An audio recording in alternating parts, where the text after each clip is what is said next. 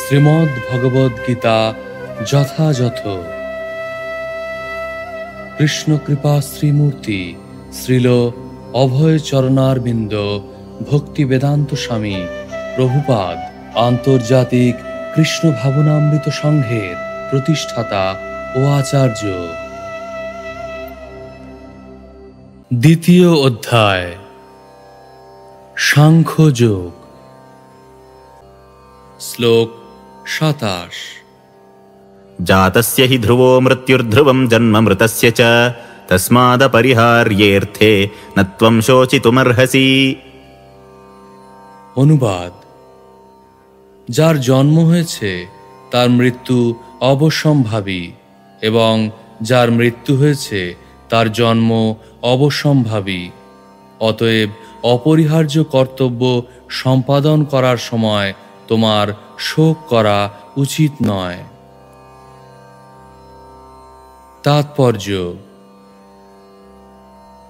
পূর্বকৃত কর্ম অনুসারে কোনো বিশেষ দেহপ্রাপ্ত হয়ে আত্মা জন্মগ্রহণ করে, আর সেই দেহের মাধ্যমে কিছুকাল জড়জগতে অবস্থান করার পর সেই দেহের বিনাশ হয়, এবং তার কর্মের ফল অনুযায়ী সে আবার আরেকটি নতুন দেহ ধারণ করে জন্মগ্রহণ করে।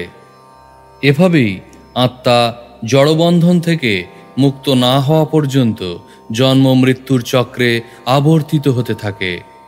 সে যাই হোক, এই জন্ম মৃত্যুর চক্র অনর্থক যুদ্ধ, হত্যা ও হিংসাকে কোনো প্রকারেই অনুমোদন করে না। কিন্তু তবুও মানব সমাজে নিয়ম শৃঙ্খলা বজায় রাখার জন্য হিংসা, হত্যা ও যুদ্ধ অপরিহার্য হয়ে পড়ে, এবং তা যখন সমাজের মঙ্গলের জন্য সাধিত হয় তখন তা সম্পূর্ণ ন্যায়সঙ্গত। ভগবানের ইচ্ছার ফলে কুরুক্ষেত্রের যুদ্ধ আয়োজিত হয়েছিল বলে তা সম্পূর্ণ অবশ্যম্ভাবী ছিল, এবং ন্যায়সঙ্গত কারণে যুদ্ধ করাটা ক্ষত্রিয়ের ধর্ম। যেহেতু তিনি সঠিকভাবে কর্তব্য কর্মের অনুষ্ঠান করছিলেন, তাই তাঁর আত্মীয় স্বজনের বিয়োগে কেন তিনি ভীত অথবা শোকান্বিত হবেন?